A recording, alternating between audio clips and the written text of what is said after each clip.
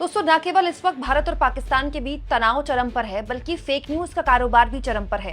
पूरा का पूरा गोदी मीडिया और पूरा का पूरा सोशल मीडिया इस वक्त फेक न्यूज से भरा हुआ है। इसीलिए मेरी कोशिश ये है कि अपनी इन वीडियोस के जरिए मैं आपको इस पूरे के पूरे मसले में जो भी ऑथेंटिक जानकारी है, 100% सही जानकारी, जिस पर कोई उंगली ना उठा सके, केवल वही जानकारी आपके सामने रखूं। दोस्तों, इस बीच एक बहुत ही इंपॉर्टेंट वीडियो भारतीय सेना ने शेयर किया है। भारतीय सेना का ये वीडियो 100% ऑथेंटिक है। इस वीडियो में बाकायदा कई तस्वीरें शेयर की गई हैं और इन तस्वीरों के जरिए भारत की सेना ने एक बहुत इंपॉर्टेंट इंफॉर्मेशन शेयर की है हम भारतीयों के साथ। भारत की सेना ने कहा है, भारतीय सेना ने आतंकवादी लॉन्च पैड को ध्वस्त किया। 8 और 9 मई 2025 की रात को जम्मू और कश्मीर और पंजाब के कई शहरों में ड्रोन हमलों की कोशिश करने के पाकिस्तान के दुस्साहस के जवाब में भारतीय सेना ने आतंकवादी लॉन्च पैड पर हमला किया, उन्हें नष्ट कर दिया और राख कर दिया। नियंत्रण रेखा के करीब स्थित आतंकवादी लॉन्च पैड अतीत में भारतीय नागरिकों और सुरक्षा बलों के खिलाफ आतंकवादी हमलों की योजना बनाने और उन्हें अंजाम देने का केंद्र थे। भारतीय सेना की तुरंत कार्रवाई और निर्णायक कार्रवाई ने आतंकवादी बुनियादी ढांचे और क्षमताओं को पूरी तरह से झटका दे दिया है। यानी कि ये जानकारी इंडियन आर्मी ने दी है दोस्तों कि 8 और 9 की रात को ये कार्रवाई की गई है, जहां पर जम्मू कश्मीर और दूसरे हिस्सों में लगातार पाकिस्तान की तरफ से सीज फायर का उल्लंघन हो रहा है, लगातार गोलीबारी की जा रही है और जिसके बाद बड़ी कार्रवाई करते हुए इंडियन आर्मी ने एक बड़ा एक्शन लिया है और बड़े स्तर पर लॉन्च पैड्स को पूरी तरह से नष्ट कर दिया गया। ये लॉन्च पैड्स दरअसल न केवल आतंकवादियों को संरक्षण देने के लिए पाकिस्तान इस्तेमाल करता है, बल्कि लगातार एलओसी में जबरदस्त फायरिंग करने के लिए भी इस्तेमाल करता है और पूरे के पूरे लॉन्च पैड्स जो हैं वो ध्वस्त कर दिए गए हैं। ये भारतीय आर्मी ने कहा है, इंडियन आर्मी ने कहा है। इसके अलावा दोस्तों, एक बहुत इंपॉर्टेंट जानकारी बीएसएफ ने भी शेयर की है, मैं चाहती हूं कि वो भी आपके सामने मैं रखूं। दोस्तों, बीएसएफ जो कि बॉर्डर सिक्योरिटी फोर्स है, जिसकी जिम्मेदारी है भारत के बॉर्डर्स की सिक्योरिटी करना, उसने ये जानकारी शेयर की है। 9 मई 2025 को लगभग 9 बजे पाकिस्तान ने बिना किसी उकसावे के जम्मू कश्मीर में बीएसएफ चौकियों पर गोलीबारी की। बीएसएफ ने भी उसी तरह से जवाब दिया है, जिससे अंतर्राष्ट्रीय सीमा पर पाकिस्तानी रेंजर्स की चौकियों और संपत्तियों को व्यापक नुकसान पहुंचा है। भारत की संप्रभुता की रक्षा के लिए हमारा संकल्प अडिग है। तो दोस्तों, 2 ऑथेंटिक जानकारी मैंने आपके सामने रखी है, बीएसएफ की और इंडियन आर्मी की। इंडियन आर्मी ने न केवल जानकारी शेयर की है, बकायदा पूरा का पूरा वीडियो शेयर किया जिसमें इंडियन आर्मी ने दिखाया है कि उसने लॉन्च पैड्स कैसे तबाह किए पाकिस्तान के।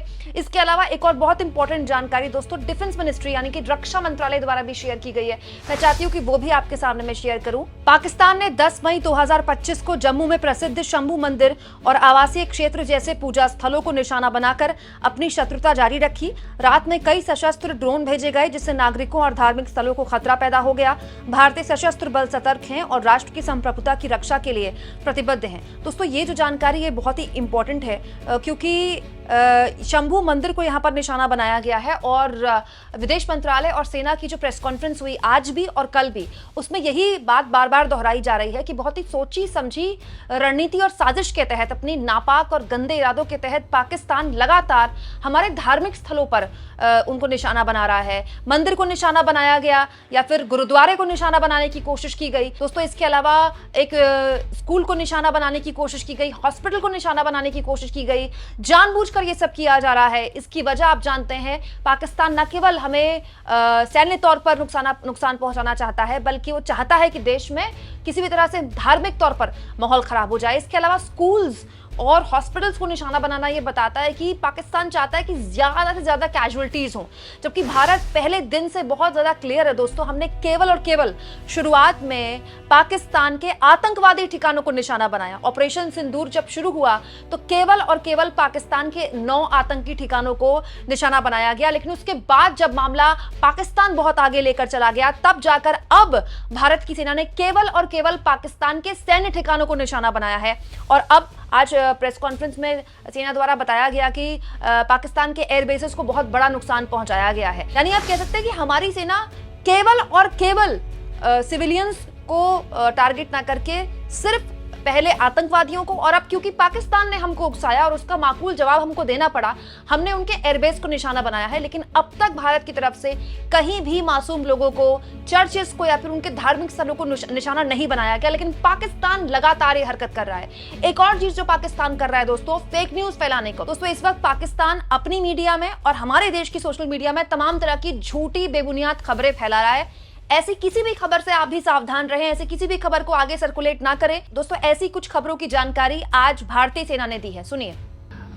The claims that they have made about attacking and destroying various places, various military installations and facilities, as has been pointed out by my colleagues here this morning, are completely false. The claim about the Air Force station in Sirsa being destroyed, completely false, as you've seen. The claim about the Air Force station in Suratgarh being destroyed, completely false again, as you have seen. There's a claim that has been made that the S-400 base at Adampur was destroyed, completely false once again. Claims have been made about large sections of Indian critical infrastructure, power systems, cyber systems, etc. being attacked and destroyed, completely false.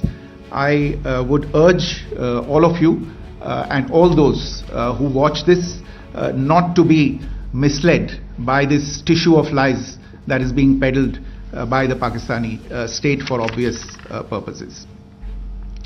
The second point that I wanted to emphasize is that Pakistan continues with its execrable and wanton campaign of targeting civilians and civilian infrastructure, especially in the states of Jammu and Kashmir and Punjab. There is also on its part a consistent attempt to sow discord between communities in India. As I said, there has been a particular focus in its targeting of civilian infrastructure and the population in Jammu and Kashmir and Punjab.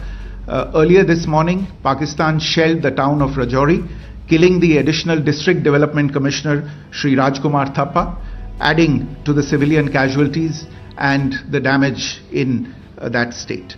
We have also observed overnight damage to property and injuries to civilians in Firozpur and Jalandhar, among other places.